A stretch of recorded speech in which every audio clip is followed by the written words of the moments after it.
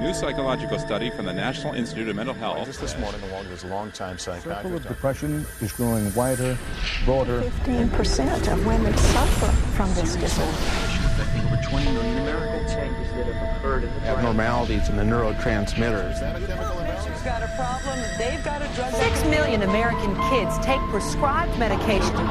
Psychiatric care. But what if the criminal is mentally ill? The punishment, a form of aversion therapy. 10 minute cures on the show, but I want to... Seasonal affective disorder.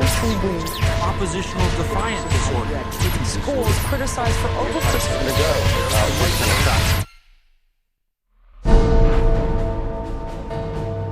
Everywhere you look, there it is. Think psychiatry has nothing to do with you? Think again. The whole field of psychiatry has gotten into every facet of your life.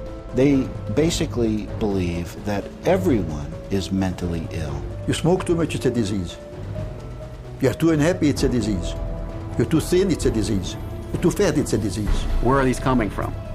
These are coming from the minds of psychiatrists that are dreaming these things up, writing papers and getting published with their names on it, creating these new diseases. First he said that I had ADD. Then he said that I was depressed. Then he said I might be bipolar, but I don't have ADD anymore. And he said, you know, I've been noticing you, and I wonder if you have it too. What they decided is that both my husband and my son had a chemical imbalance that needed to be corrected with a chemical balancer. There is not one shred of credible evidence that any respectable scientist would consider valid, demonstrating that anything that psychiatrists call mental illness are brain diseases or biochemical imbalances. It's all fraud. There's no reliability of diagnosis, and there is no science. It's just pseudoscience. It's pretend science. This is one of the most open secrets in all of America in the psychiatric field, that nothing is being done that's legitimate, and they're billing for it. Psychiatrists claim that over 1 billion of the world's population is mentally ill. In the past 30 years, they have prescribed psychiatric medications to 543 million people. And right now, they drug 17 million school children with stimulants and antidepressants. When recently asked about the scientific basis of their profession, those psychiatrists willing to be interviewed offered nothing but excuses. Psychiatric illness is not really illness. How do you evaluate if someone is cured or sick? Cure is certainly something we look forward to. We had no earthly idea how to accomplish. We're not good at causes. We don't know what causes mental illness. But that hasn't stopped them from pronouncing themselves mental health experts and treating people against their will. And the results? This psychiatrist, man who's supposed to work to heal people, has done nothing but destroy this man's life, and in destroying his life, destroying the lives of all of his loved ones. Excuse me. They've damaged and ruined my son, and they've trapped him in a system. The way that they treated him and made him feel like he was worthless. Bryant was being kept dumb and high on Ritalin so that they could make $2,500 per month. He gave me Valium, and I got addicted to it. It wiped out my life. My life has been ruined. My joy has been stolen. She was laying there. She took two gasps of air and died right there in front of me. It is really tragic. It's awful. And it's being done for money. That's why it's being done. Oh, it's got to be in the billions. I don't know the exact number, but it's got to be in the billions. It's just unbelievable. This is so big that it boggles the mind. Take the human tragedy you have just seen and multiply it by the millions. In the past 4 decades, nearly twice as many Americans have died in government psychiatric hospitals than in all U.S. wars since 1776. Insurance companies pay out $69 billion every year for psychiatric services, doubling the cost of medical insurance premiums. And while raking in over $2 trillion annually, psychiatrists cannot point to a single cure. Hard to believe? That's exactly what they count on. And as we will show you, it's how they have been getting away with it from the very beginning.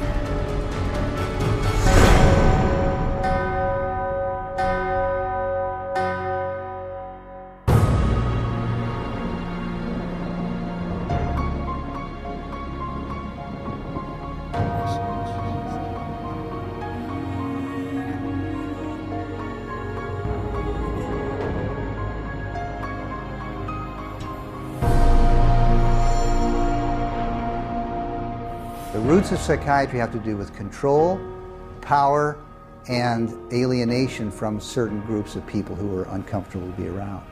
They were locked up in these places to get them out of the way. The history of psychiatry, I think, really is related to institutions. Bethlehem Royal Hospital in London was one of the world's first psychiatric institutions. Commonly referred to as Bedlam, the hospital was little more than a warehouse for those deemed mad.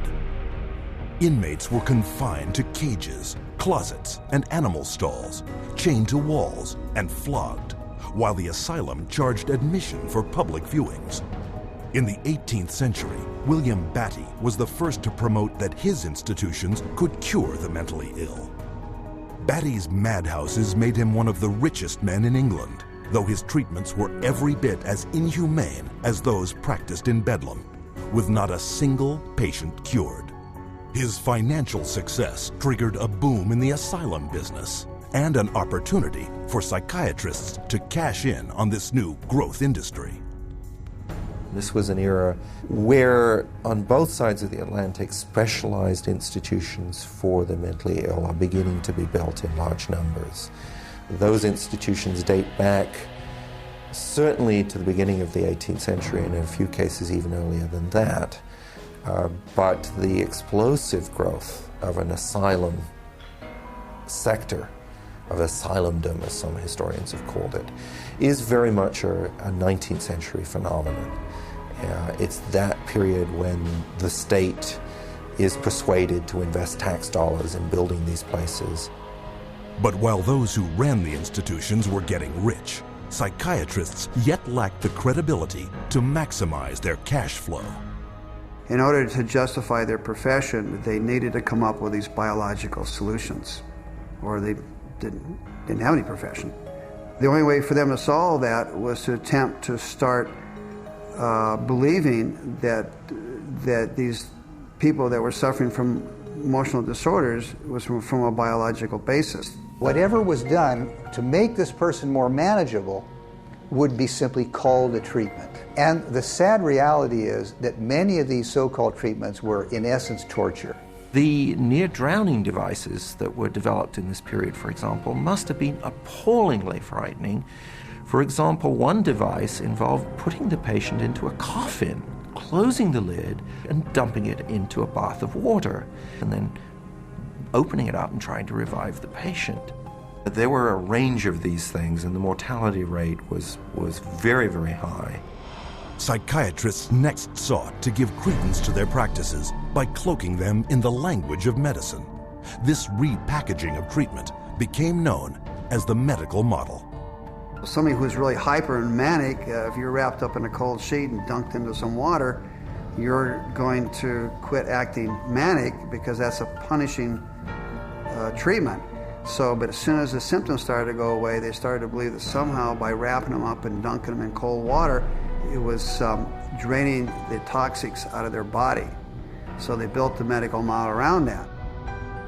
Pushing the biological theory of mental illness a step further, an American, Benjamin Rush, put forth the idea that insanity was caused by too much blood in the head. The cure? Remove the blood by any means possible. Restraint, cold water, bleeding, even terror. And with that, a new medical model was created. Benjamin Rush was probably the most famous American physician of the Revolutionary era. Rush was known as the master bleeder. He bled his patients for madness. He also invented something called the tranquilizer. It's a chair that looks a little bit like an electric chair. The patient was confined in this apparatus sometimes with cold water applied to his or her head, for some hours at a time, and Rush announces in a letter that he's invented this new contraption and dubbed it the tranquilizer. Rush's often lethal procedures were detailed in his 1812 textbook, which remained psychiatry's authoritative source for the next 70 years.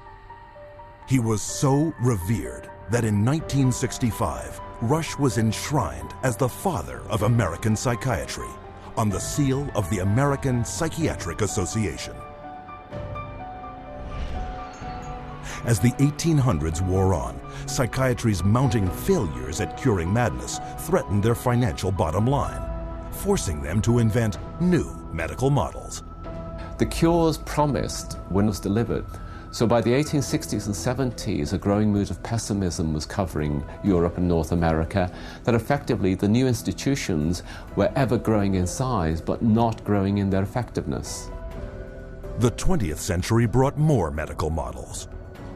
American psychiatrist Henry Cotton mutilated his patients by removing their body parts, declaring this a breakthrough in the treatment of mental illness.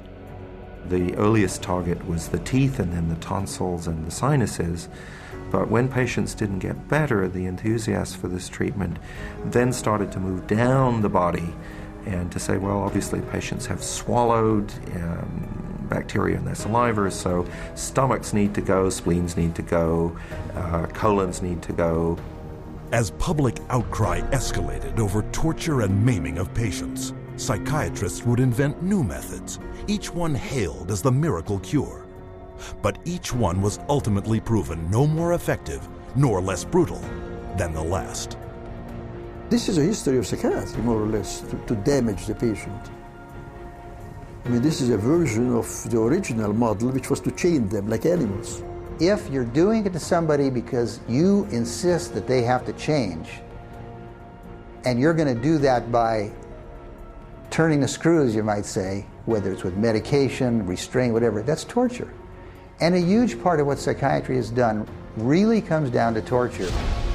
As the 20th century progressed, psychiatry would continue to seek legitimacy by transforming itself into a medical discipline. But they succeeded only in creating more efficient ways of inflicting mental and physical torture and death, a legacy that has carried forward into modern psychiatry, with its most profitable medical model to date, the mass drugging of millions. But to do this, psychiatrists first had to shatter one of mankind's most cherished beliefs, decreeing that people were not what they thought they were.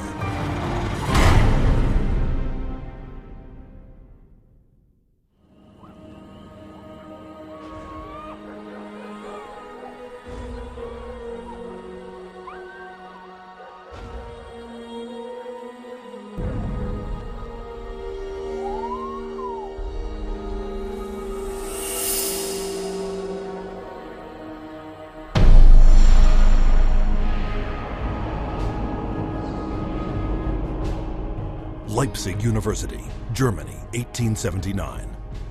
Professor Wilhelm Wundt experiments on the human senses. Wundt declares man's thoughts, personality, and behavior are nothing more than chemical reactions in the brain. Wundt became frustrated with his inability to change behavior because he was dealing with the original, psychology. That's the psyche, that's the soul. He created a new science, which was based on man being an animal without a soul, to be trained. Not to be a thinker, but to be trained. Students from around the world gathered to study Wundt's new definition of man as a soulless organism. The spirit of the age was summed up by German philosopher Friedrich Nietzsche. Gott ist tot. Gott bleibt tot. Wir haben ihn umgebracht. Following Wundt's theory, a Russian, Ivan Pavlov, conducted animal experiments seeking methods to modify behavior. Pavlov studied in Wilhelm Wundt's laboratory in Leipzig, Germany, in the late 1800s. And he experimented with dogs, with electrodes and stimulus response, denying privileges to denying rewards. And he noticed that when you brought out some food in front of animals, dogs in particular, that they would begin to salivate. So he'd ring the bell at the same time that he brought the food out, and then eventually, instead of bringing the food out, he just rang the bell, and of course the dogs got all excited. He called that a conditioned reflex. Pavlov's first human subjects were children. He punched holes in their cheeks to collect and measure their saliva. Pavlovian conditioning became one of the major foundations of a lot of behavioral science research in the 20th century. The idea that behavior could be controlled through repetitive conditioning became known as behaviorism. The behaviorists believed that all children are animals and can be trained as animals. This was the view of behaviorists. As a matter of fact, John Watson, the most famous of the behaviorists, says that you have to treat human beings or look at human beings the way you would look at the ox you slaughter. See, the behavior is not interested in what's up in your head or your soul because they don't believe there is a soul. Watson's successor, Harvard psychologist B.F. Skinner, believed all behavior could be manipulated to suit whatever ends the behavioral psychologist was seeking. Skinner developed what's called operant conditioning, where he was able to demonstrate you can change animal behavior by certain schedules of reinforcement, by giving them rewards at certain times, and then you can teach pigeons to play ping pong, for example, and you can teach rats to run mazes, and you can teach human beings to seek certain economic or societal rewards. Skinner could actually shape new behavior patterns, and this actually was the sort of thing he quite soon became very famous for. Perhaps his most notorious experiment was the Skinner box. He was designing a Skinner box, which is something like a big playpen, but everything in it's controlled. The temperature's controlled, the light's controlled, and so on. And the idea is then you present children with certain stimuli that you want them to learn to react to. For nearly a year, Skinner isolated his daughter in a box similar to those he built for rats. The child was stimulated and had to respond in a certain way, like a chicken or a rat in a cage, because they firmly believe that children are animals. If you believe, though, that a child is a human being, you can't train him like a rat. Today, about $40 million a year in taxpayer money is paid out by the United States National Institute of Mental Health for behavioral psychology research. A total of $19 billion since 1948. With these funds, psychiatrists apply the same conditioning techniques developed by Pavlov, Watson, and Skinner. Case in point, a juvenile detention center where children are hooked up to 270-volt batteries and shocked in a procedure called aversion therapy. Antoine was having a number of problems because he was up at a center that was shocking him every time he did anything. There was a button on a little, almost like a TV remote, that would be used and pushed. They will get an additional shock for trying to remove the electrode. So they're expected to sit there and let this electricity pass through their skin without trying to remove it. If they yell in anticipation of the shock, they will shock the student an additional time for yell. The cost to send a student to Judge Rottenberg from New York is about $214,000 per student. These students are tortured. They're given this electric shock therapy for no other reason but to inflict pain. Other techniques include administering electric shock to treat sexual deviance, sending powerful magnetic impulses through the skull to interrupt brain activity, and shooting high voltage through surgically implanted electrodes, all to stifle problem behavior, and costing up to $100,000 per patient. And while this science without a soul led to behavior modification techniques that continue to generate billions in research and treatment, it also laid the groundwork for another psychiatric movement that would cause the deaths of millions.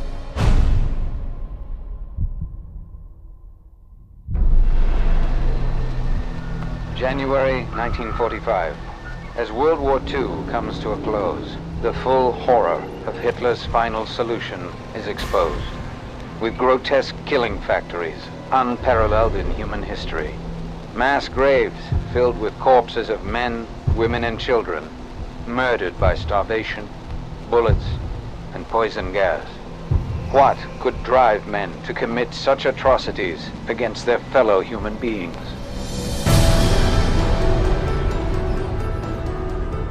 The answer is the pseudoscience called eugenics, created and promoted by psychiatrists decades before the Nazis came to power. The eugenics movement got started in 1883 with Francis Galton, and he felt that human beings should take evolution in their own hands, and that the most talented individuals, the most healthy individuals, the most attractive individuals should have more offspring. There was great concern that people that they considered had poor genes were reproducing faster than the people they considered had good genes. They felt that a medical solution might be the proper one. This is what led to the sterilization movement. It resulted in sterilization of mentally ill people, sterilization of retarded people, sterilization of people we don't like politically and sociologically. So the problem is not with genetics. The problem is a pretend phony genetics used to justify inhumane social policies.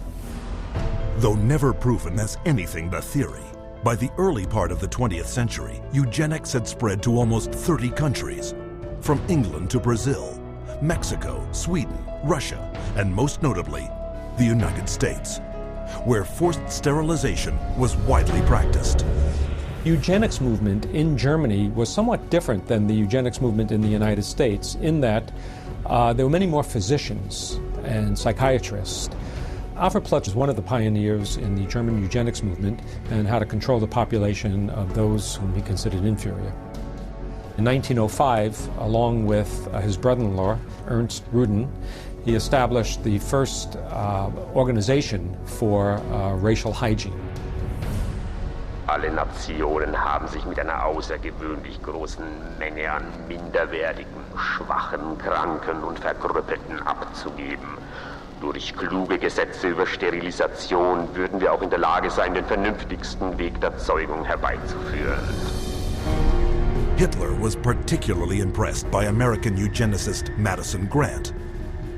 Grant's book, The Passing of the Great Race, was proclaimed by Hitler as his personal Bible. In his book, Mein Kampf, Hitler further hailed eugenics as the science that would rebuild the German nation. Körperlich oder geistig gesund ist, dem ist es nicht erlaubt, seine Krankheit an seine Kinder weiterzugeben. Das Recht auf persönliche Freiheit wird durch seine Pflicht, die Rasse zu beschützen, eingeschränkt. The German eugenicists welcomed the Nazi advent to power because the Nazi program could fund the very programs that they had in mind. The Nazis gave them political support, financial support, and conversely, the psychiatrists gave the Nazis a medical justification for their genocidal policies. Something like 40% of German psychiatrists had joined the SS by 1933. They weren't forced into the SS, they just joined it naturally, because the beliefs were very, very similar. Ruden and his work led directly to the decision to move from sterilization to murder. Their plan was simple. First, convince the public that feeble-minded undesirables wanted to escape the burden of their existence, but could not say it, and that killing them was an act of mercy. Then extend the definition of inferior to include Jehovah's Witnesses, Jews, gypsies, homosexuals, all unworthy of life. Psychiatrists produced propaganda movies known as the Nazi killing films, shown in all 5,300 theaters throughout Germany. Geisteskrankheit ist als ein Erbübel eine der größten Gefahren für die Volksgesundheit. Irrtum ist, dass sich solche Kranken glücklich fühlen und am Leben hängen. Sie haben überhaupt kein Daseinsbewusstsein. Wer von ihr befallen wird, dem ist die schwerste Last des Schicksals auferlegt. Ein Dasein ohne Leben. It first started with passive violence, which is starvation. It then intensified to lethal injections, and finally it developed into systematic gassing and cremation. Their headquarters were established in Berlin under the infamous codename T4. T4 program was named after Tiergarten 4, which essentially resulted over a period of time in the murder of about 70,000 people who were deemed mentally retarded, emotionally distraught, or physically handicapped by the Germans. They were called life unworthy of living. The killing, piloted in psychiatric institutions across Germany, then moved into the concentration camps, with top German psychiatrists as the executioners. Paul Nietzsche, the T4 director, declared, Das Aussortieren in den Konzentrationslagern lief etwa genauso ab wie in den Nervenheilanstalten. Und mit selbigen Erfassungsbögen. 6 million Jews died in concentration camps and as a result of Nazi extermination policies. Rudin congratulated Hitler for making his, that is Rudin's, 30-year dream come true. After the Nazi surrender, an international court of justice was held to put psychiatry on trial for its war crimes. But American psychiatrists, fearing a permanent blow to the future of psychiatry, stepped in by shifting the blame onto a handful of German psychiatrists. There were some doctors who were prosecuted, but very few. Ernst Rudin returned to Switzerland at the end of the war. He did not serve any prison time. One of the strangest things of all about the legacy of Nazi science is that some of the nastiest psychiatric eugenicists at the end of the war went back to work either in Germany or sometimes in the United States. What began with a psychiatric plan to eliminate undesirable humanity had now spread throughout the civilized world and was responsible for the murder of 11 million people. Never brought to justice, psychiatrists, as you will see, continued to advance eugenics around the world. And today we see the results. In racism, human misery, and unending social conflict.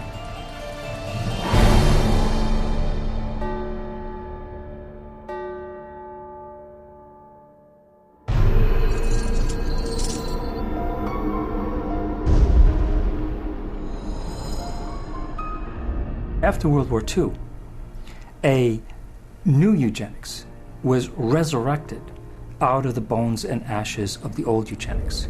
The eugenics movement has been at the forefront to establish a new scientific racism that justifies oppression and exploitation and racism. In fact, racism is inseparable from the roots of psychiatry.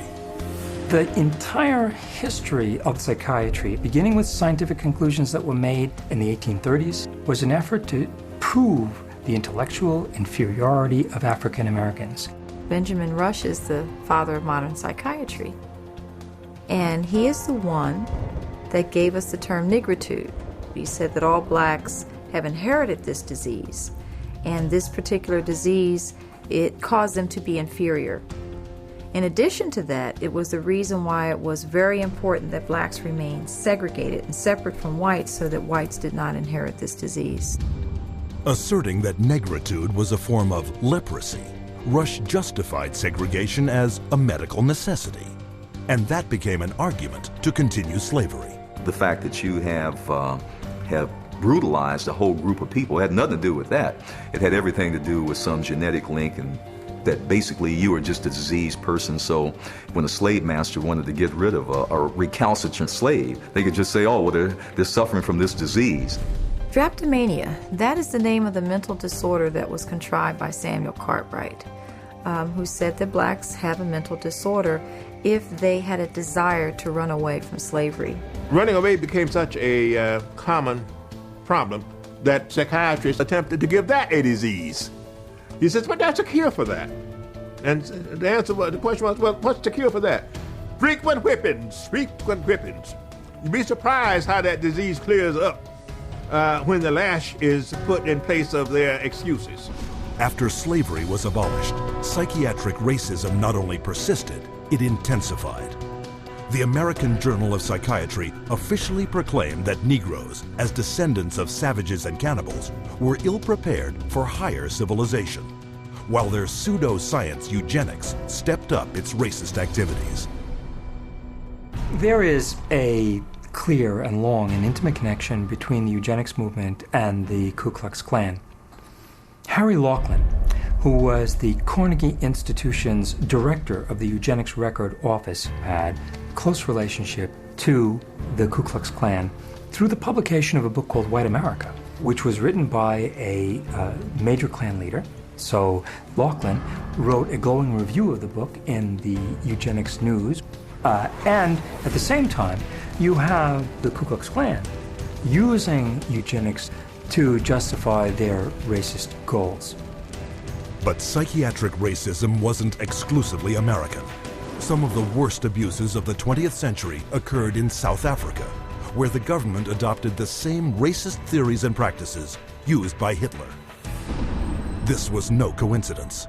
The Prime Minister had studied eugenics as a psychology student in Nazi-influenced Germany in the 1920s. Dr. Hendrik Verwoerd is regarded as the architect of apartheid. He saw South Africa as a divided state with whites, blacks and brown people living in totally separate areas, with black people having no rights whatsoever. With apartheid in place, psychiatrists established mental hospitals throughout the country that were in fact nothing more than slave labor camps.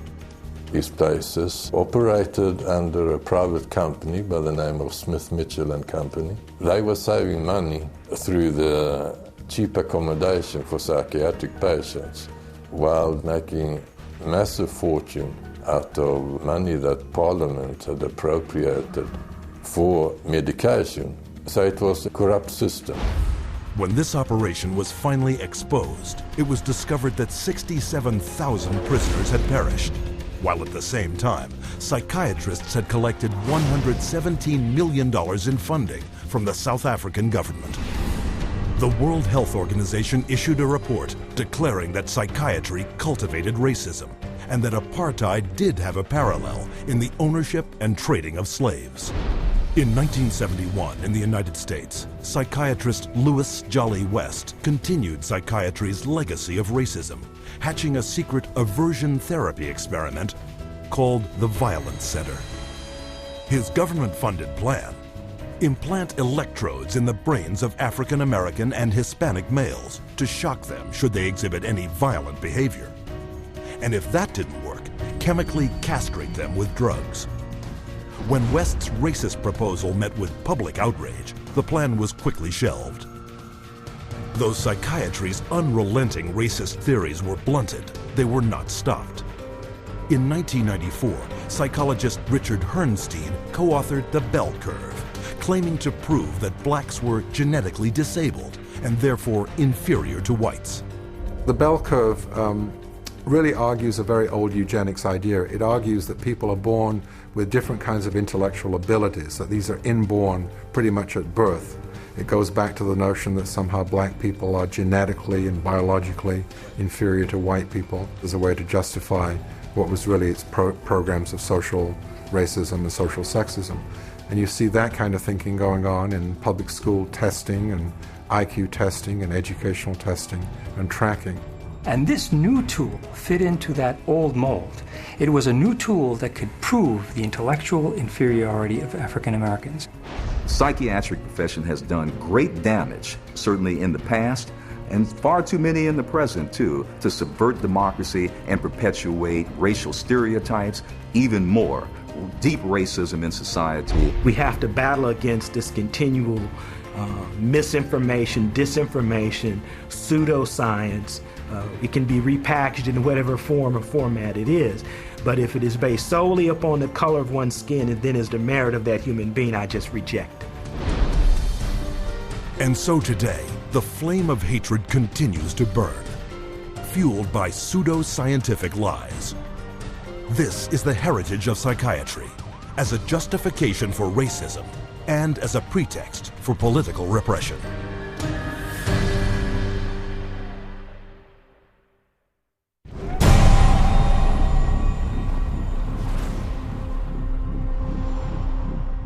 быть верными коммунистическим идеалам, убежденно, с революционной настойчивостью претворять в жизнь ленинский завет, учиться коммунизму, трудиться самоотверженно, по-коммунистически, всей жизнью своей, утверждать на земле дело Ленина, дело партии. Клянемся!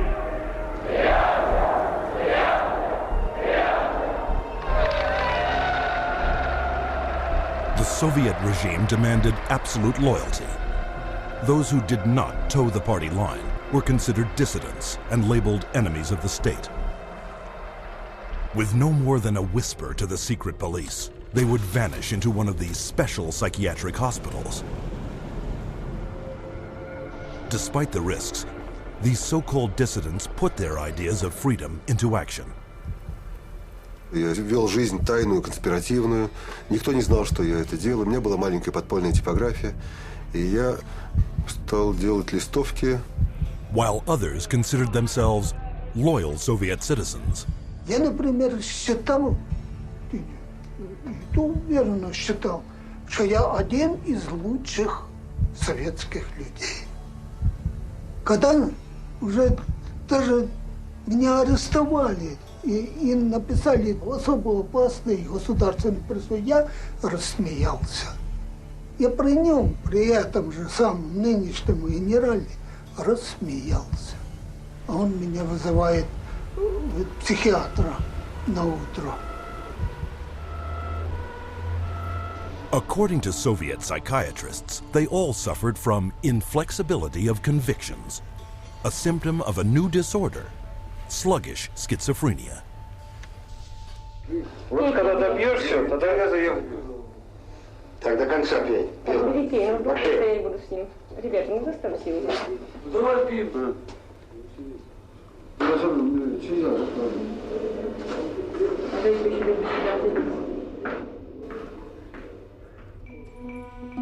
Like their counterparts in other countries, the Soviet psychiatrists prescribed powerful drugs to cure their patients. Они никогда их с удовольствием не принимали. И находят пути их не принимать. Мы обязаны просмотреть прием лекарственных продуктов, чтобы больные лекарства дошли до больного. Вот они где-то уже, как говорится, в горле проглатывают, все, ротовая полость чистая. И потом вот такие делают какие-то движения, отрыгивают. Врач на обходе говорит: как себя чувствуете, Петр Петрович? Я говорю: послушайте, вот, там, когда 5 кубиков галоперидола, то надо, например, слюна до полу, там перекошенность вся, значит, одни мышцы растягиваются, другие сокращаются, совершенно ужасные позы, лицо все ужасное, на душе страшно просто. Я человека, вот самое главное, описать это состояние невозможно. Санитары совершенно безнаказанно могли избивать. По любому поводу. Или вообще без повода. Вот, например, санитар открывает дверь, и если тут ты оказался, например, в проеме двери. И вот этого достаточно было, чтобы, скажем, получить удар. Если больной, скажем, оказывал сопротивление при избиении, то его могли привязать, и привязывали, и избивали, и продолжали избивать уже привязанного. Проходит, допустим, год-два, там выписывают убийц, выписывают насильников.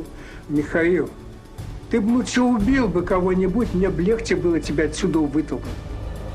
Это было, вот, растало такое чувство безысходности.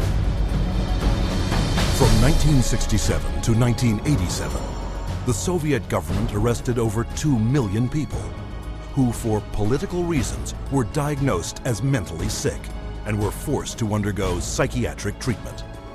Even today, psychiatry remains the coercive tool of choice for governments throughout the world. What we've learned is that in Gitmo or Guantanamo Bay, that we had teams of healthcare professionals called the biscuit teams, behavioral scientists, psychologists, working with the military to advise them on how far you could push a prisoner. There are abuses that have been documented around the world. We have healthcare professionals who have committed potentially acts of treason within their medical ethics. And there's nobody supervising that. There's nobody making them stand accountable to their medical ethics. But psychiatrists have never reserved physical and mental torture exclusively for political prisoners. Throughout history, they have repackaged it and sold it to the public as therapy.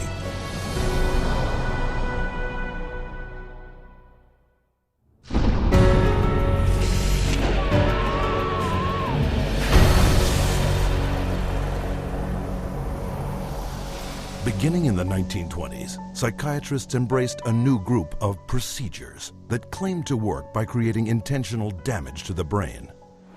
Manfred Sokal had this notion that he could kill just the bad brain cells, that somehow we have good brain cells, we have bad brain cells. So if you give people enough insulin, you kill those bad brain cells, and if the person survived this epilepsy, they would be better off for it. Despite convulsions that caused severe spinal cord injuries in 40% of the patients, Sokal pointed to their childlike state and declared his treatment a success. Hospitals built insulin wards, and coma therapy became big business. Not to be outdone, Ladislaus von Meduna of Hungary believed he could drive out mental illness by inducing brain-damaging seizures with a drug called metrazole. He noticed his epileptics had no mental health problems, and his mental health patients, his psychiatric patients, seemed to have no epilepsy, and so he thought doing one would obviate the other. The theory was that epilepsy and schizophrenia couldn't coexist in the same brain, and that if epilepsy was induced, that a seizure was caused, it would, quote, drive out the schizophrenia.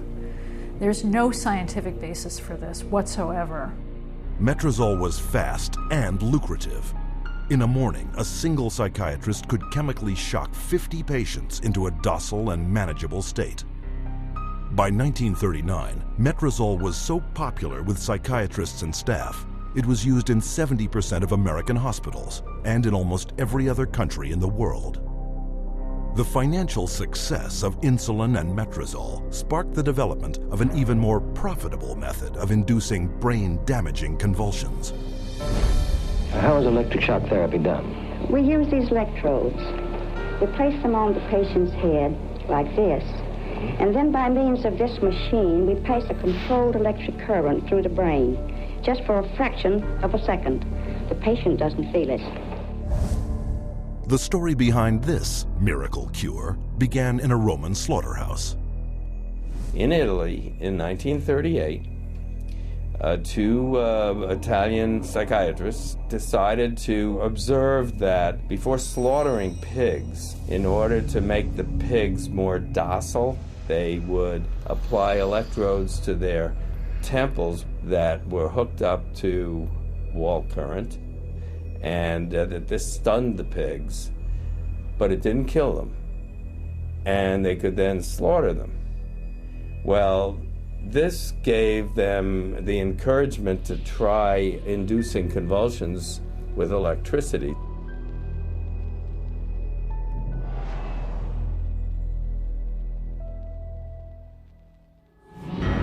We would see teeth falling out, broken spines, bones knocked out of joint, broken bones, and people even getting internal organ damage from being restrained while they were having these uncontrolled writhing seizures, convulsions.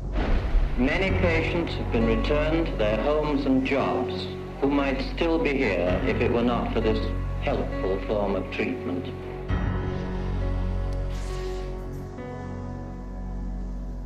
Having successfully sold brain damage as a cure, psychiatrists searched for even more precise ways of targeting the brain. This was jump-started in 1848 when an explosion blew a steel rod straight through the head of Vermont railway worker Phineas Gage.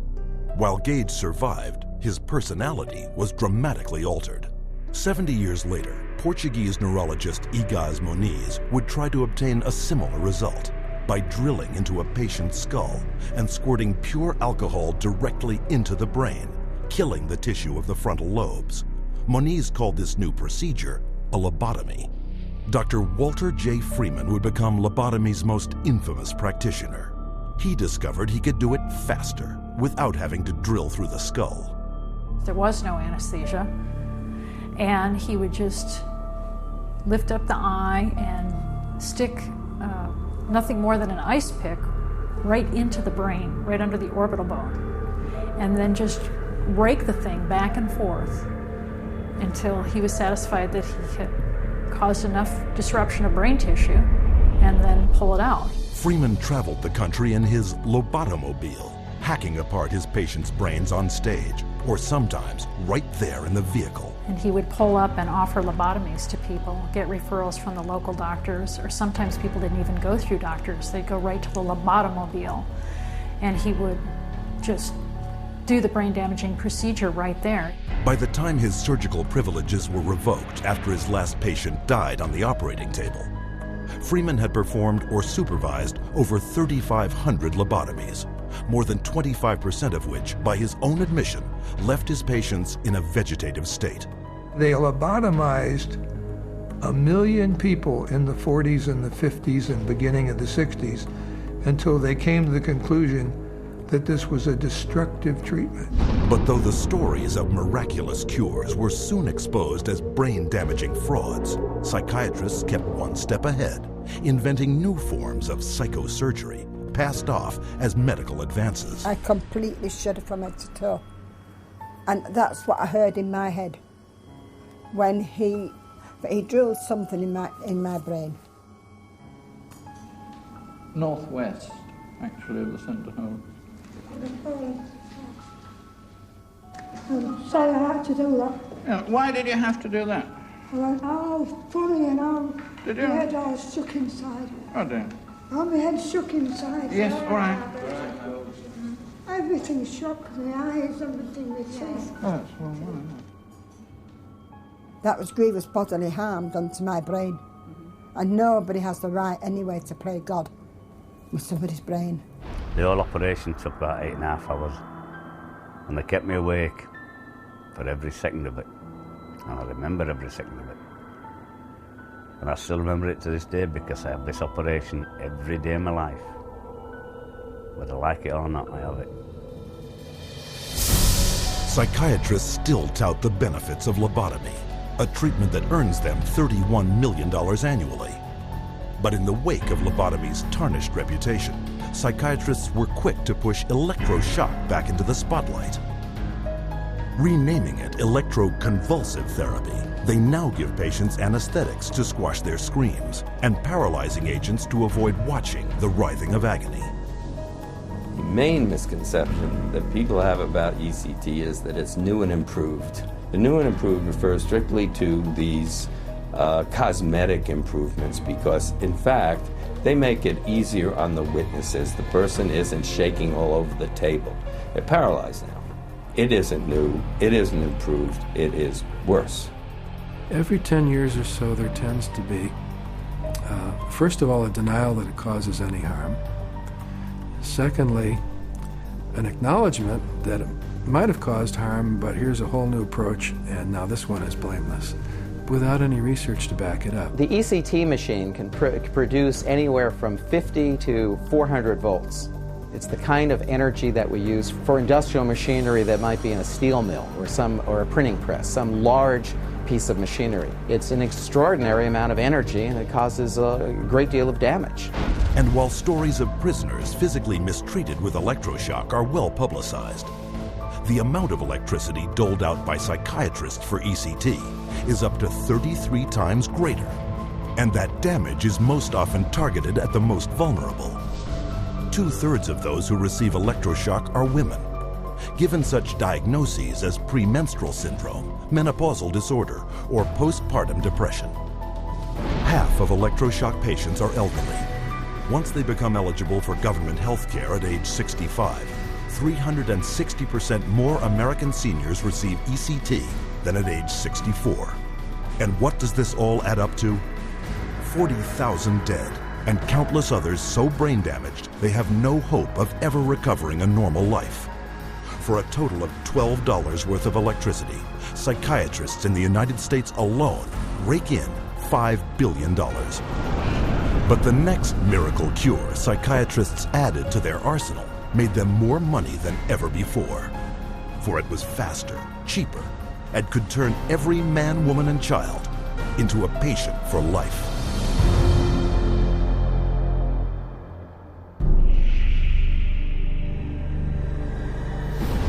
By the early 1950s, psychiatrists discovered their next miracle cure.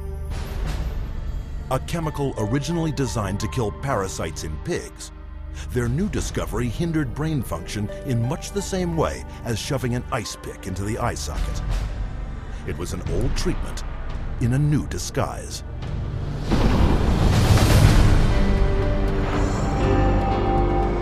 With the advent of these new tranquilizing drugs, it seems not too much to say that we're on the verge of an entirely new era in the treatment of mental illness.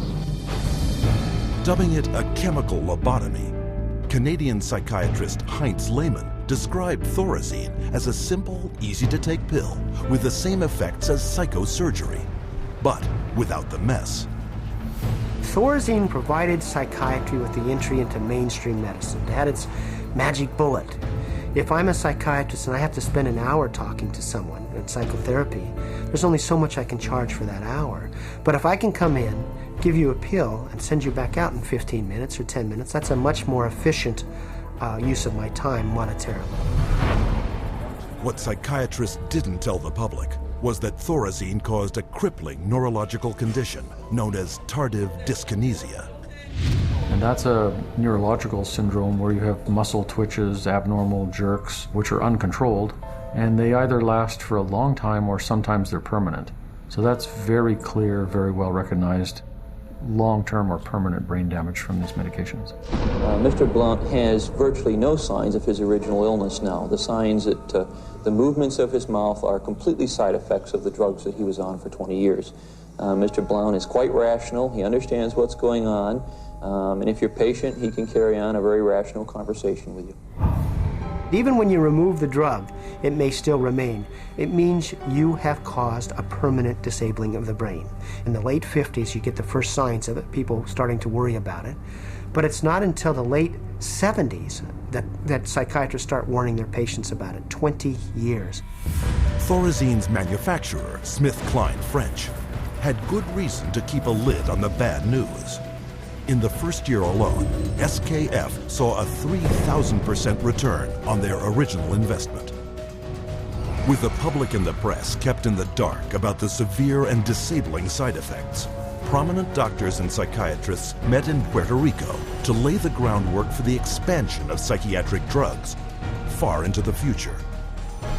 Psychiatrist Dr. Nathan Klein wrote this in the conference's final report. The present breadth of drug use may be almost trivial when we compare it to the possible number of chemical substances that will be available for the control of selective aspects of man's life in the year 2000. Dr. Klein spearheaded a movement flooding new psychiatric wonder drugs onto the global marketplace, backed by a massive publicity machine spending hundreds of millions of dollars. Psychiatry was now an industry of drug pushers. By 1970, the American Psychiatric Association was so dependent on drug company money that 30% of its annual budget came from pharmaceutical advertisements in its official journals. So we had money flowing to trade organizations, we had money flowing to the doctors, and to their journals. Well, we all know that that is going to influence how they think. The majority of National Institute of Mental Health and National Institute of Health scientists are getting more money from drug companies on the side than their tax-based salary. With so much money to be made, all psychiatrists needed was a scientific theory to justify it. Their solution?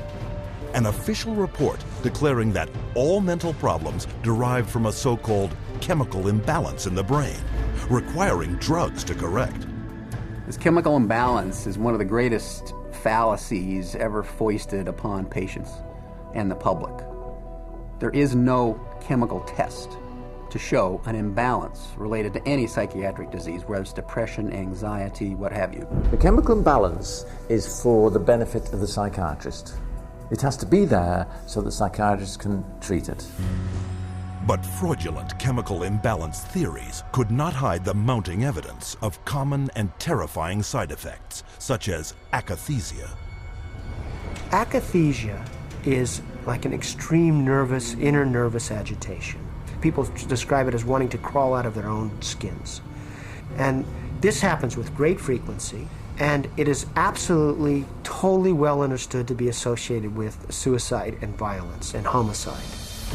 After years of these reported side effects and cases upon cases of violence, self-mutilation, and death, in 1991, health experts, legislators, and the public finally forced the FDA to order an investigation. I know with absolute certainty that if Charles had any idea of the side effects of Prozac, he would never have taken it. I had two sons, David Lee, age 8, Billy 16, wife 20 years, all gone. I'll tell you why. After being on Prozac for 21 days, my wife shot and killed both of these two boys right here. She turned the gun to herself and shot herself twice. I took the 9mm automatic, sat down on the bed and put the gun to my head, and I blew a 4-inch hole out the back of my arm instead of my head.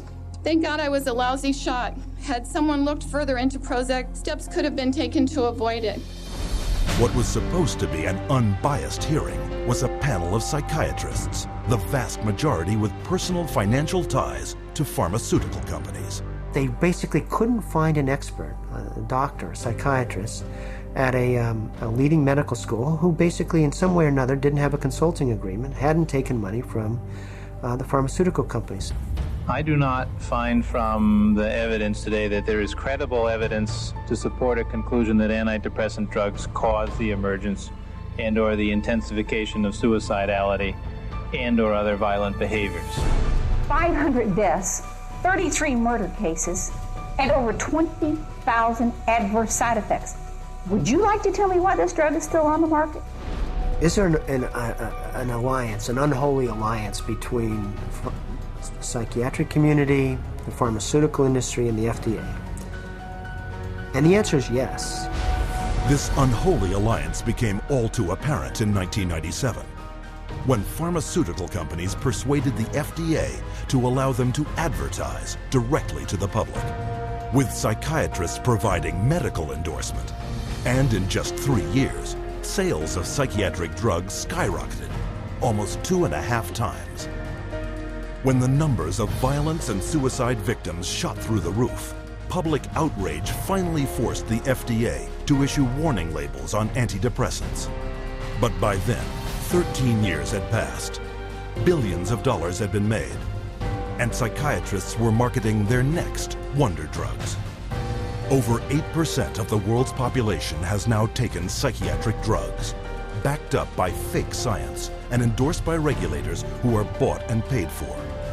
Their harmful medications gross nearly $27 billion a year. And while psychiatrists were finding a way to diagnose and drug every person on the planet, on another front, they were continuing their assault on our most personal freedoms.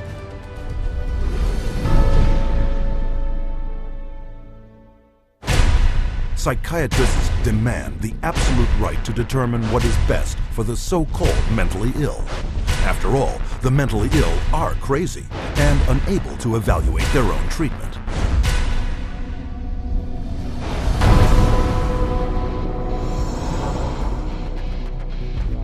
To enforce their authority over others and keep their institutions filled at profitable levels, psychiatrists use a method called involuntary commitment.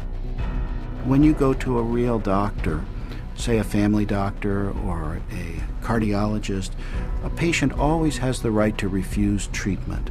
So there is no such thing as involuntary treatment when it comes to clinical medicine as practiced by real doctors.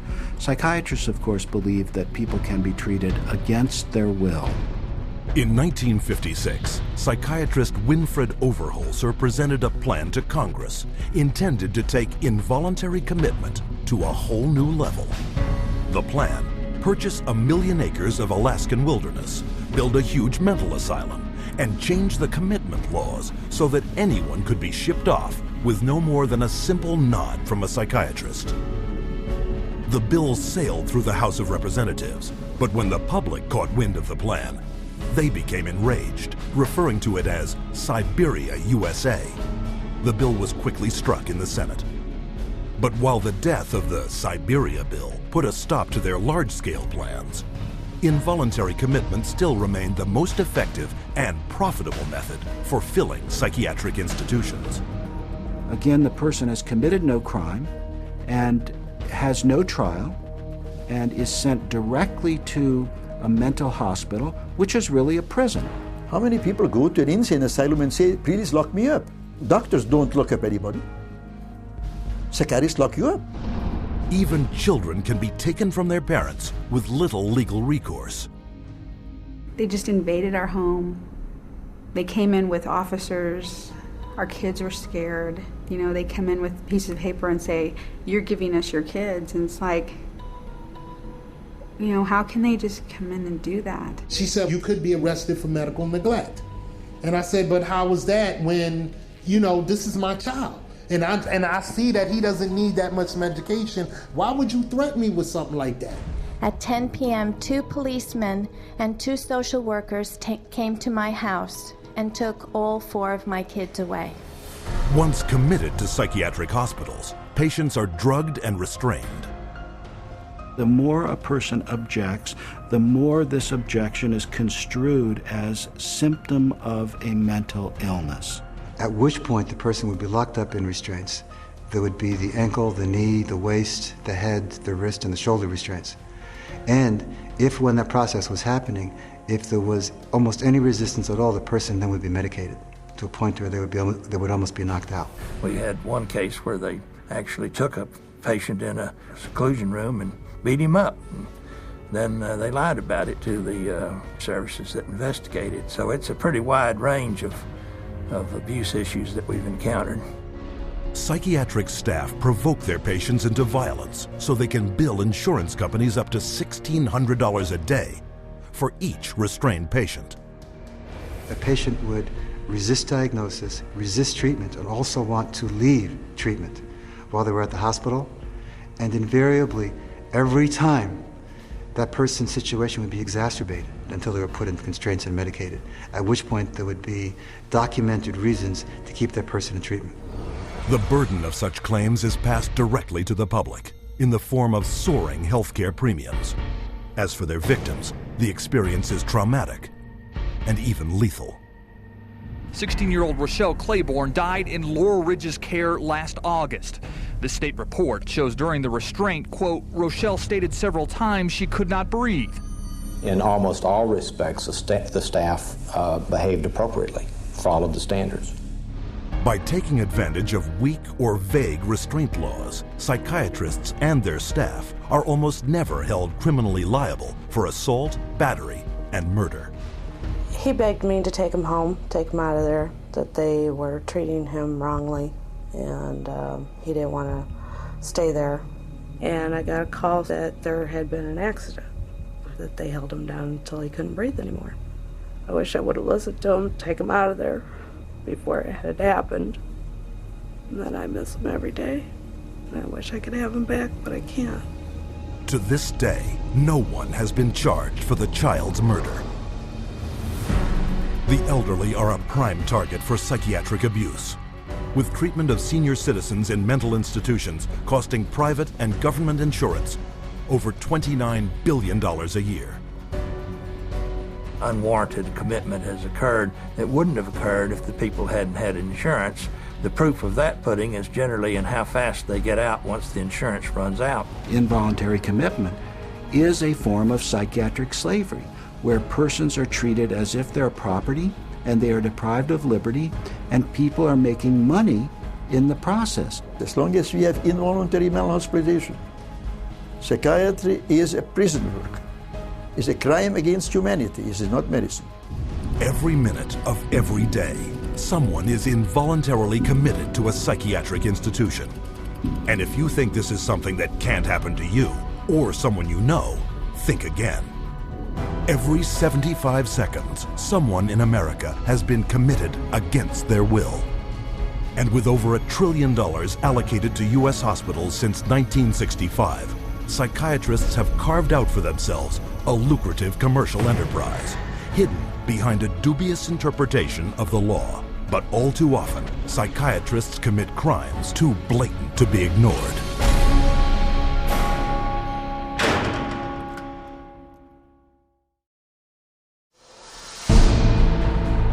The FBI has raided the headquarters of one of the nation's largest operators of psychiatric hospitals. Hundreds complained of overbilling, misdiagnosed conditions, and insurance fraud. Investigators say they found more than 5,000 similar cases in all 50 states. Psychiatrists clearly are getting rich. Psychiatrists traded drugs for sex, filed false insurance claims, and exploited patients sexually. We have uncovered some of the most elaborate, aggressive, creative, deceptive, immoral, and illegal schemes being used to fill empty hospital beds with insured and paying patients.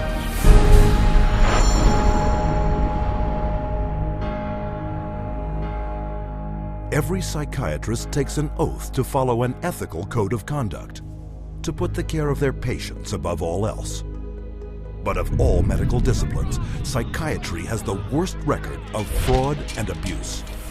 Psychiatry is almost a license to print money. If a doctor were clever enough, and many of them are, there's no reason that they couldn't make at least $500,000 a year fraudulently and get away with it in psychiatry. I don't purport to have deposed every psychiatrist in Las Vegas. I can tell you for a fact I haven't. Maybe I've deposed half. And by and large, they were a dishonest, deceitful, lying bunch of people. So prevalent are their deceptive and criminal billing practices. Insurance investigators have slang for it, like the California wave and the $100 handshake. $100 handshake is when usually a patient is institutionalized. Psychiatrists, psychologists will visit that person, shake hands with them, say, hello, I'm Dr. so-and-so, I'm taking care of your problem here, and then leaves. They might have 10 or 20 patients there. They bill an hour for each one, and they might be in the hospital for a total of 30 minutes. So 20 patients, 20 hours, and they'd send the bills off to Medicaid. We see that most of the victims of recovered memory therapy were women who had excellent health insurance, whether it was government insurance or private insurance, because many insurance policies wouldn't pay for this kind of long-term nonsense. So those people were targeted because of the nature of the insurance that they had. Every year, the U.S. psychiatric industry defrauds government and private insurance of $40 billion, using any means possible to deceive the public. There were some advertisements, very seductive advertisements, for people wanting to lose weight and were having problems losing weight. And they would be given, all expenses paid to go to a particular spa. But when they got to this spa and went in and signed in, it wasn't a spa, it was a psychiatric center. And then they couldn't get out. What instead they received massive doses of mind-altering drugs, and they were kept for a lengthy period of time, and their insurance carrier was billed tremendous amounts of money for something that was unnecessary. But their lies go beyond the psych ward and into the courts, whereas paid witnesses, they will say anything to collect their fee.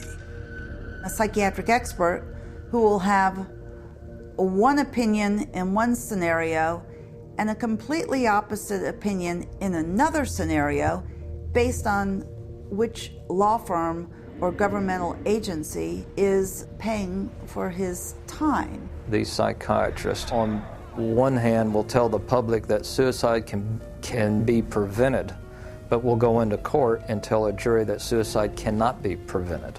And then once you show his prior inconsistent statements, you also show that he is paid very well by pharmaceuticals, then the jury says, you know what, we're not so sure about you because you just lied to us.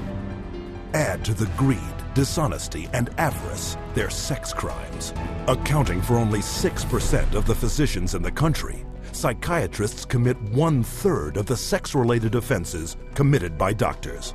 It has happened so often that by the mid-'80s, the insurance companies who insure physicians across America started writing sexual claims out of the policies altogether.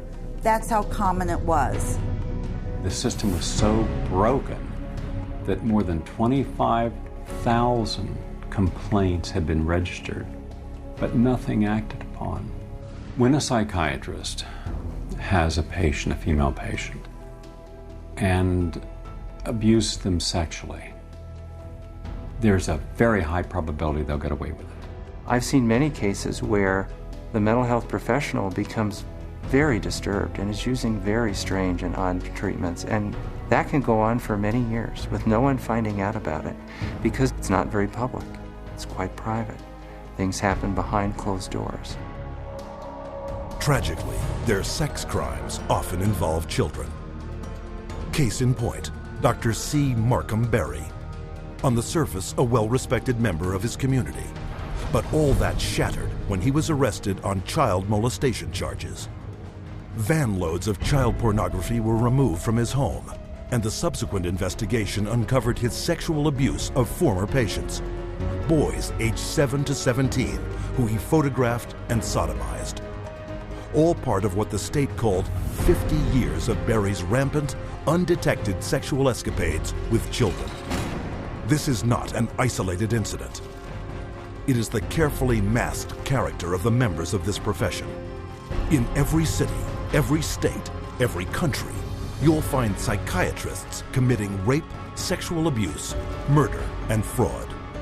And as you will see, psychiatry's entire credibility depends on the biggest fraud of all.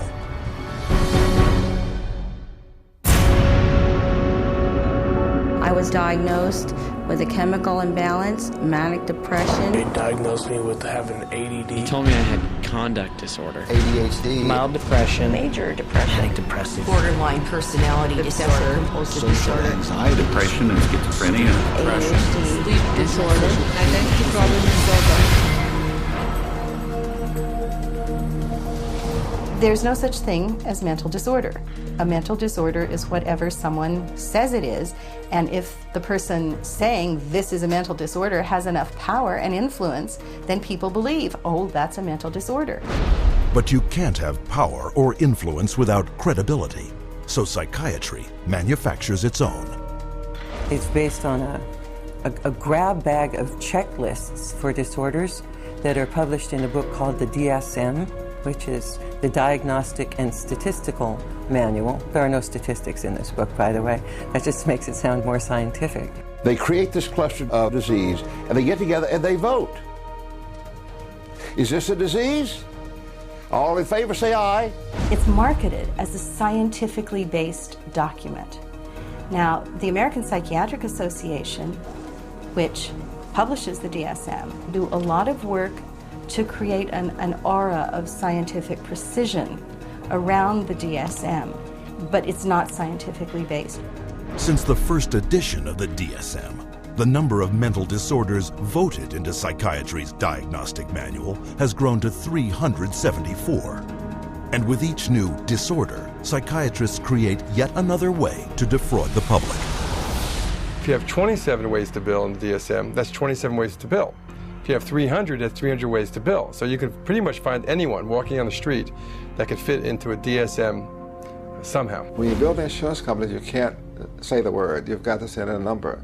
And they have numbers for the most ridiculous things. You know, like arguing with your mother or peeing in the bed. Adolescent rebellion disorder is an official psychiatric diagnosis. Arithmetic learning disorder is an official psychiatric diagnosis. General anxiety disorder is a recent diagnosis.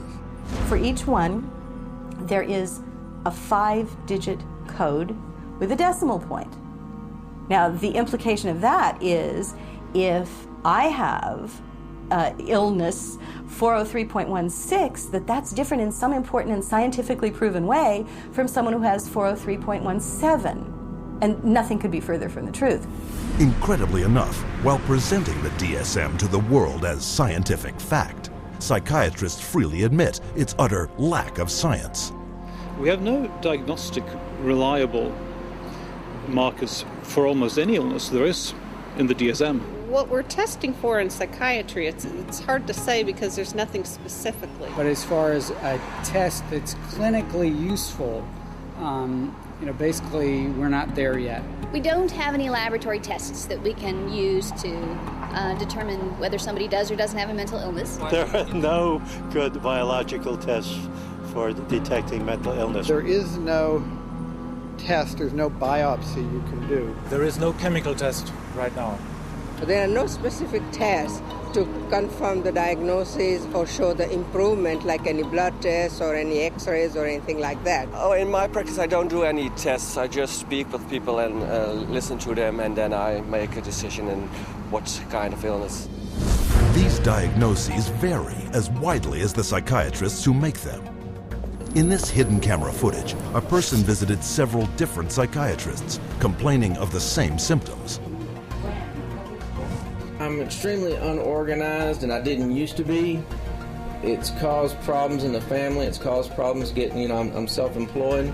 You've got ADD, ADHD, you need depressed, and your depression is bipolar depressed. If you have a brain chemistry disorder, it's probably genetic. You have a lot of the symptoms of depression. So it seems like it is a mixed picture. What that means is like we got some depressive symptoms and some, high symptoms. If you're bipolar, I'll need to give you a mood stabilizer.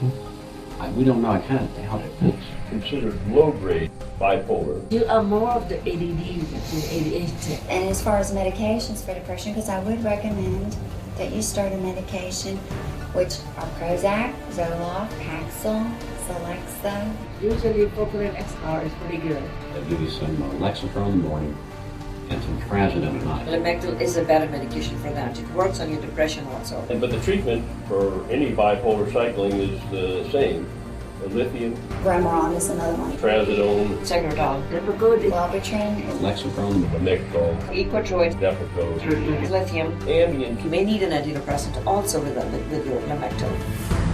We don't know if I give you a medication if it is going to work or not. To a certain degree, it's trial and error. You never know if it's the right drug. How many people have I cured? Well, there are no real cures right now in psychiatry. I have cured none of my patients. We're always challenged by our lack of knowledge. I mean, in fact, we don't know what the causes of mental illness are. Most mental illnesses, we do not know the cause. And of course, it would be nice to know exact reasons of disorders, but maybe in the future. I'm the Director of Research at the American Psychiatric Association. We don't know the etiology of really any of the mental disorders at the present time.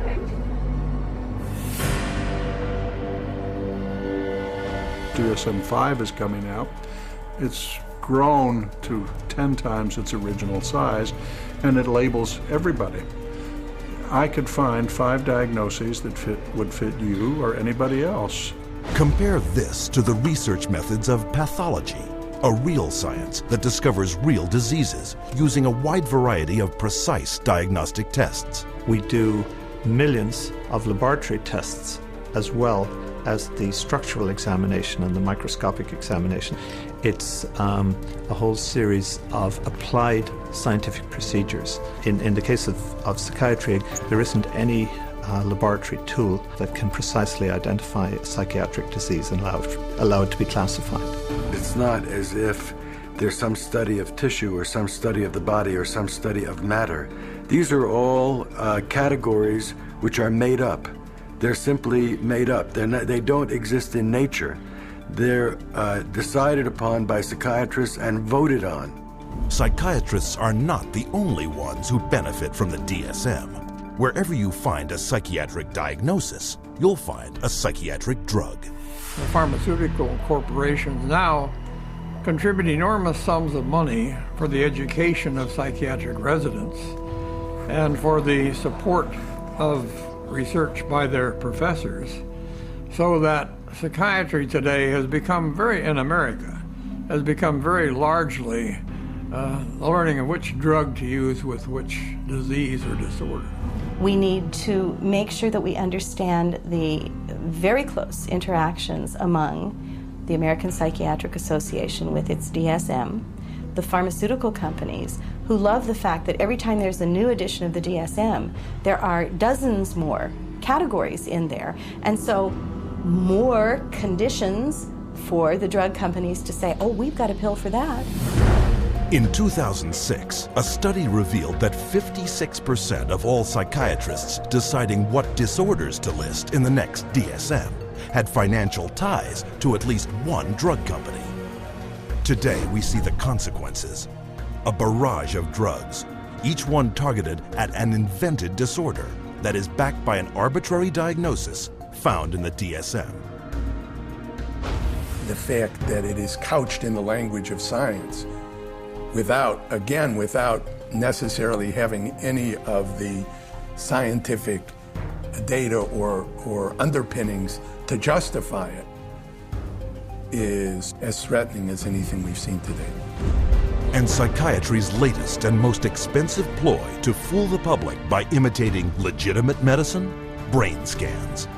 We can scan all the brains we want to. The fact that we see changes in different people's brains, changes in functioning, doesn't mean that we've discovered anything that has its origin in the brain. It just means that we're seeing changes, but it doesn't mean that there's something wrong with the brain. Psychiatrists and psychologists use the DSM to label 450 million people worldwide as mentally ill, a total equal to the populations of France, Italy, Germany, Canada, Australia, the United Kingdom, and Russia combined. While sales of the psychiatric drugs they push have topped $27 billion annually, funding from world governments for these patients gross psychiatry $440 billion a year. And much of this money comes from the diagnosis and drugging of our most trusting and vulnerable.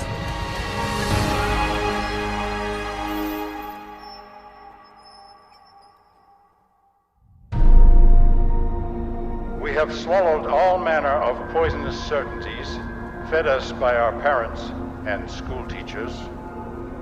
If the race is to be freed from its crippling burden of good and evil, it must be psychiatrists who take the original responsibility.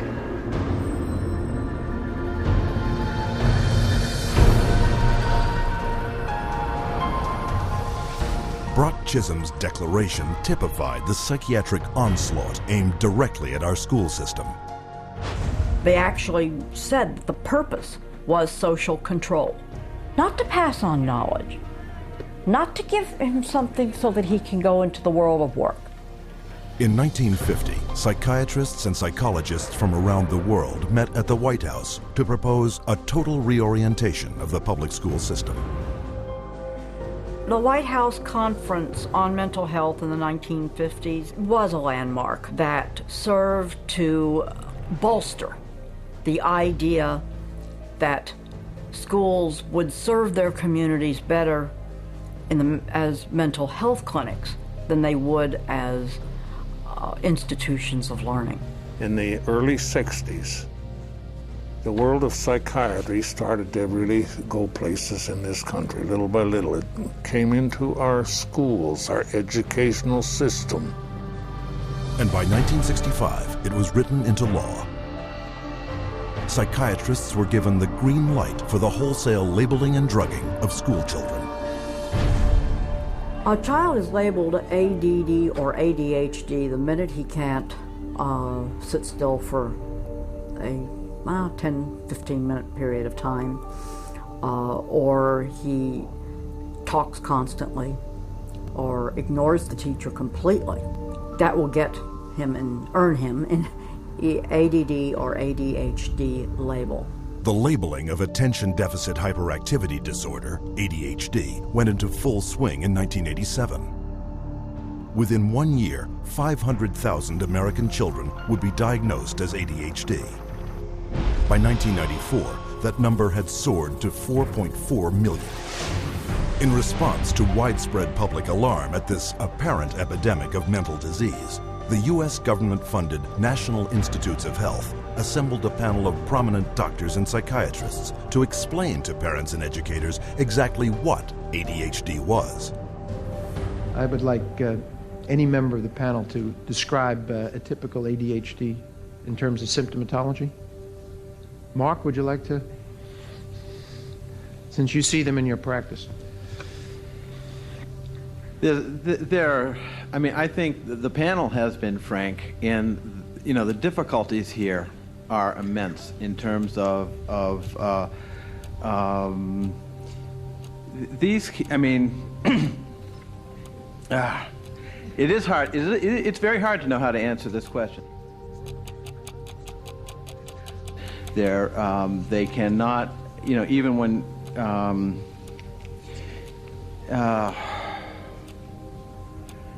They are as if driven by a motive. There are some good clinical descriptions.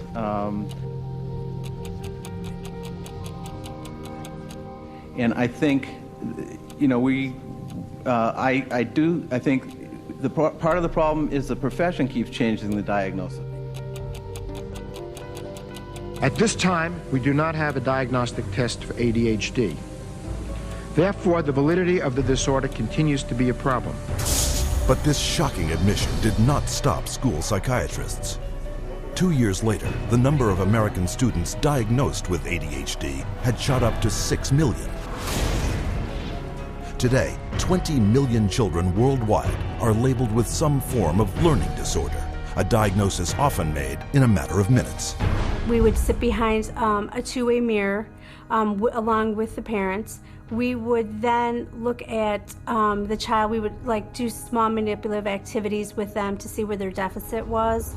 It was wrong what we were doing. We were looking at a 5-minute glimpse of this child's life and saying, okay, here you go. Here's a little pill, take it, you'll be fine. Those little pills like Ritalin, Adderall, and Concerta are classified by the U.S. Drug Enforcement Administration as highly addictive substances, right along with cocaine, heroin, and methamphetamine. When I was on the Ritalin, it made me just feel totally different, like I wasn't even who I was. I was, flipping out, was twitching, going crazy. I felt like I was out of it all the time, like I wasn't there. I wasn't human. You're just a zombie, pretty much. You do what you can just to get by and just don't do anything extra. My mother never teased me, but she thought I really had ADHD and I was wrong, and I had something wrong with me. So I thought she'd feel bad and feel sorry for me if I died. But then again, I thought that she would miss me a lot, and I also love her a little more than I wanted to kill myself. And so I stopped when I realized that. The abundance of prescription medications created a new income source for kids, selling their meds to their schoolmates. It's called kitty cocaine. They take the Ritalin and they just repackage it and they sell it on campus to the kids because it's like speed. I figured if I was going to do drugs, I might as well make it worth it. And I ended up doing street drugs, and then I ended up getting into it really bad. We're looking at marijuana and other things as being gateway drugs, and actually the so-called medications are a greater gateway drug. The Ritalin drugs are backfiring big time because if the child is already disruptive and he takes cocaine, he's going to be a lot more disruptive after he's taken it. It is not going to calm him down. Boom, she got on the drugs and her personality changed, her behaviors changed, they became erratic and dark and violent, and it was just a nightmare. He kept having adverse reactions, becoming very, very angry. He could not control his behavior, he couldn't control his temper. He was on 5 different psych meds, Prozac and lithium, and he was 7 years old. And he was unable to function. He would have rages and then crying and all kinds of just violent rages, grabbing knives and all of this. The list includes 15-year-old Kip Kinkle withdrawing from Prozac when he shot 22 classmates, killing 2 after murdering his mother and stepfather at his home in Springfield, Oregon. 18-year-old Jason Hoffman on Effexor and Celexa when he opened fire at his California high school, wounding 5. 15-year-old Sean Cooper on a mix of antidepressants when he shot students in Idaho. And 17-year-old Eric Harris on Luvox when he and partner Dylan Klebold killed 12 classmates and a teacher in the bloodiest school massacre yet, Columbine. And all of this overshadows the very reason children came to school in the first place, to get an education. Since 1970, the United States has fallen from 9th to 28th place in worldwide academic standing. While during that same period, the number of American school children labeled with learning disorders has skyrocketed, and the sales of ADHD drugs have multiplied 32 times. Children don't ask for psychiatric drugs. Children don't ask to be diagnosed. They don't want to be called crazy. So you ask the classic Roman question, legal question, cui bono, who benefits? The people who make the diagnosis.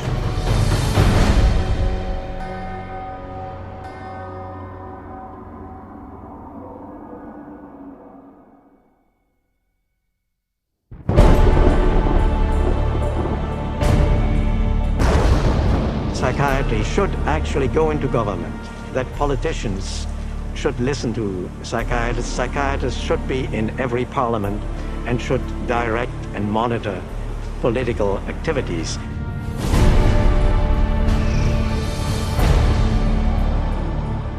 Psychiatry, in little more than a century, has infiltrated society on a global scale, and not by accident. People aren't aware that in 1940, a prominent British psychiatrist, Colonel J.R. Rees, addressed the National Council on Mental Hygiene and set the agenda for psychiatry for the next 60 years. Since then, psychiatrists have been given authority in nearly every sector of our society, with tragic results. We must aim to make it permeate every educational activity in our national life. Public life, politics, and industry should all of them be within our sphere of influence. We have made a useful attack upon a number of professions. The two easiest of them, naturally, are the teaching profession and the church. The most difficult are law and medicine. Rees's colleague, psychiatrist G. Brock Chisholm, co-founder of the World Federation for Mental Health, later expanded upon psychiatry's plans. To achieve world government, it is necessary to remove from the minds of men their individualism, loyalty to family traditions, national patriotism, and religious dogmas. To implement their master plan, American psychiatrists convinced the U.S. Congress that mental illness was a national threat that only they, with vast increases in funding, could solve, and thus began massive U.S. government expenditures for psychiatric research, which have climbed from $1 million a year in 1946 to $1.4 billion today, an increase of more than 139,000%. As psychiatric influence spread across America, it also spread throughout the world. Behind crisis after world crisis, you'll find the handiwork of psychiatry. Example, Serbian psychiatrist Jovan Raskovic, who demanded the ethnic cleansing of Croats and Muslims because of his firm belief in their racial inferiority. The result, Bosnia in the 1990s, where Raskovic's colleague, psychiatrist Radovan Karadzic, and Prime Minister Slobodan Milosevic established Balkan concentration camps, where the mass torture, rape, and murder of the innocent happened once more. One military psychiatrist explained how it was done. C'est très difficile tuer millions de personnes. C'est très difficile, techniquement difficile. Les Allemands étaient bons techniciens et ils ne pouvaient pas, ils pouvaient seulement 6 millions de Juifs exterminés. Ils massacrent, par exemple, 100 ou 200 de personnes, ou violent 100 femmes et 100 jeunes filles, pour que les autres sont effrayés et échappent. Alors vous avez le terrain pur. With century-old Pavlovian conditioning, coupled with modern-day mind control techniques, psychiatrists and psychologists can turn average men, and even children, into mass murderers. You could train them to use firearms indiscriminately. You could train them to shoot people with very little feeling or thought. You could train them to use abusive and brutalizing procedures in order to obtain information with no hesitancy, with no concern. This is how terrorists are created. In the wake of 9/11, Osama bin Laden was characterized as the mastermind behind the attacks. But the acknowledged brain trust and commander of Al-Qaeda is Ayman al-Zawahiri, educated in psychology and pharmacology at the University of Cairo, and the author of the Al-Qaeda training manual on the use of coercive psychiatry. And orchestrating the terrorist bombings in Madrid, Abu Hafiza, another Al-Qaeda operative, relying on those same techniques to manipulate the minds of men. You can implant memories. Memories are potent sources of motivated behavior. If you implant enough memories of specific kinds, you can shape and change the nature of human thinking and feelings. And it was thought to be a kind of ultimate weapon, because what greater weapon could there be than control of the human mind? You can control minds, and you can move people around, particularly when you control their lives. It's easier to control their minds. When we look at psychiatry and psychology, social control is the primary agenda. And that agenda is being put in place throughout the world right now, using mental health screening campaigns fed to the public under such innocuous sounding names as Teen Screen. The national government is actually encouraging it and wanting to test every single kid in our public school system. All children are put under this kind of a test for psychiatric evaluation, a 10-minute test that tells them absolutely nothing. I predict that upwards of 90% of all the people screened will be diagnosed as having a psychiatric disorder, which means that we'll have an entire generation that will be a perfect profit center. The man behind the Teen Screen program, psychiatrist David Schaefer, consultant to the U.S. Department of Defense. They're not just screening children to have complete control of the 52 million children in school. They're screening now, and that bill, they will screen their parents, and they will screen all adults in America. The idea of mass screening for mental illness in the American population, run by a government initiative, is one of the scariest ideas I ever heard of. Psychiatry is politics, has always been politics. It is politics pure and simple, because psychiatry was always the application of force against people who don't want to be forced. It's a sad thing, and parents better wake up. Society better wake up, because we're in serious trouble if they don't. Psychiatry's master plan to infiltrate all sectors of society is becoming a reality. We don't have an epidemic of mental illness. We have an epidemic of psychiatry. Something can and must be done about it.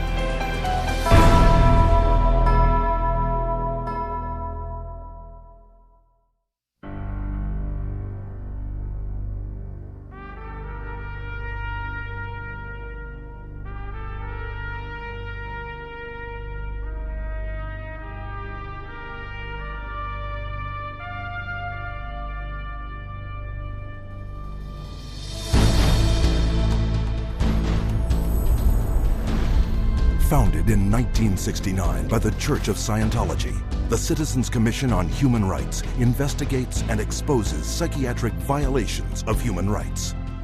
From its international headquarters in Los Angeles, California, CCHR documents psychiatry's invasive and destructive practices and publishes its findings, making them available in some 15 languages. More than 8 million copies have been distributed to healthcare professionals, government officials, educators, and business leaders world over. The headquarters is also the site of the world-renowned exhibit, Psychiatry, an Industry of Death. Centered around 14 documentary films, this state-of-the-art exhibition presents the history of psychiatry, from its origins, where the mentally ill were caged like animals, to the present-day mass drugging of society as the cure for invented mental disorders. Traveling versions of the exhibit visit hundreds of cities across 5 continents, opening the way for hundreds of thousands to discover for themselves the dark truth behind psychiatry. What is today a global human rights movement began more than 30 years ago with a fight for the freedom of one individual, Victor Ghiori, forcibly committed to a Pennsylvania psychiatric hospital. He was interviewed by a psychiatrist who said, "I can't understand a word this man is saying. He's incoherent, obviously a paranoid schizophrenic. Commit him," which they did. Now, he wasn't babbling incoherently, he was speaking Hungarian. We filed a lawsuit against the hospital. In the middle of the case, the doctor who was the head of the hospital stands up and he says, "We want nothing more to do with Victor Ghiori." The release of Victor Ghiori was the first of thousands of cases throughout the world helped by CCHR. CCHR challenged involuntary commitment laws throughout the United States and internationally, and what we found was that people were being incarcerated without any legal rights. They had no right to an attorney. They could be drugged, shocked, lobotomized without their consent. Example, Australia, 1977, where CCHR exposed a psychiatric practice called deep sleep treatment. Patients were being knocked unconscious with a cocktail of barbiturates and other psychiatric drugs, and they were being subjected to electroshock treatment daily, sometimes twice daily, without their knowledge. Deep sleep treatment had led to 48 deaths. It was CCHR that investigated it, exposed it, and fought for over a decade until deep sleep treatment was banned. In South Africa, CCHR exposed psychiatric camps where mental patients were kept and brutalized and then farmed out as slave labor. In Italy, CCHR worked with legislators and the media, conducting raids on psychiatric hospitals, the conditions of which were barbaric, and CCHR got them shut down. In Japan, CCHR exposed the financial crimes of psychiatrists and hospitals that were defrauding the government and taxpayers. The guilty were tried and the hospitals put out of business. And in the United States, CCHR uncovered a billion-dollar fraud in the nation's largest chain of private mental health facilities. 600 federal agents conducted raids across 20 states. Dozens of prosecutions ensued, millions in fines imposed, and the entire chain of corrupt hospitals was bankrupted and permanently closed. And behind every public warning you see today about psychiatric drugs is CCHR. CCHR has documented the side effects of these drugs, has taken evidence to the FDA, has gone to Congress, has obtained congressional hearings. It took 13 years before the FDA finally admitted that those drugs can cause suicide and issued black box warnings. We got 9 state laws passed. Following that, it was the introduction of the Child Medication Safety Act in 2004. In the last 3 years alone, there have been more than 50 international drug regulatory agency warnings exposing the dangers of psychiatric drugs. History has told us every workable method that could be used to help people who are seriously disturbed, who do need some sort of treatment, has been suppressed and smashed by the vested interests of psychiatry and the pharmaceutical industry. The public's largely been getting their information from the industry that benefits on putting them on psychiatric drugs. It's an advertising campaign. It's not science, it's marketing. CCHR is causing things to change by being champions for a growing number of well-intentioned people who are risking their professional careers to speak up against the abuses of psychiatry. Having that support from a group like this has made a tremendous difference in what I feel personally that I've been able to accomplish. So I think of CCHR as fellow soldiers. I'm unaware of any other organization that does the kind of work that CCHR does, particularly on the scope and the level that they do. CCHR has been very effective at moving the ball down the field. One at a time, one state at a time, one legislator at a time. CCHR has had the resources to be able to teach and have legislators become more aware of what the problem with the psychotropic drugs are. CCHR has researched the issue. When you need the facts, you go to CCHR. Today, CCHR has over 300 chapters in dozens of countries around the world. Wherever and whenever psychiatrists abuse human rights, CCHR takes its message to the streets. From the United States to Japan, and from Canada to the United Kingdom, prominent members of CCHR lead marches to secure the protection and freedom from psychiatric abuse for everyone. It's essential that CCHR does their job and gets the support to do their job, because the extent to which they do, the whole vehicle that's out of control about psychiatry gets to be contained and gets to be eliminated. It scares me to think if this doesn't happen. I've seen up close what it's like, and it scares the daylights out of me. You have 100,000 people electroshocked every year. You have 17 million children worldwide taking mind-altering drugs. You have people being involuntarily committed every 75 seconds, and it's all under the guise of mental health. The only way that you are going to get humane treatment into the mental health system is to take psychiatry and the vested interests out of the picture. And only then will you see people truly obtaining mental health. You have two choices. Either you pretend you knew nothing about it, or you do something about it. With knowledge comes responsibility. That's why we're here. That's why people are joining forces with CCHR. Thousands from every faith and walk of life have already joined. CCHR investigates and exposes psychiatric violations of human rights, and will continue to do so until psychiatry's abusive and coercive practices cease and human rights and dignity are returned to all. Your help is needed. Join us in the fight.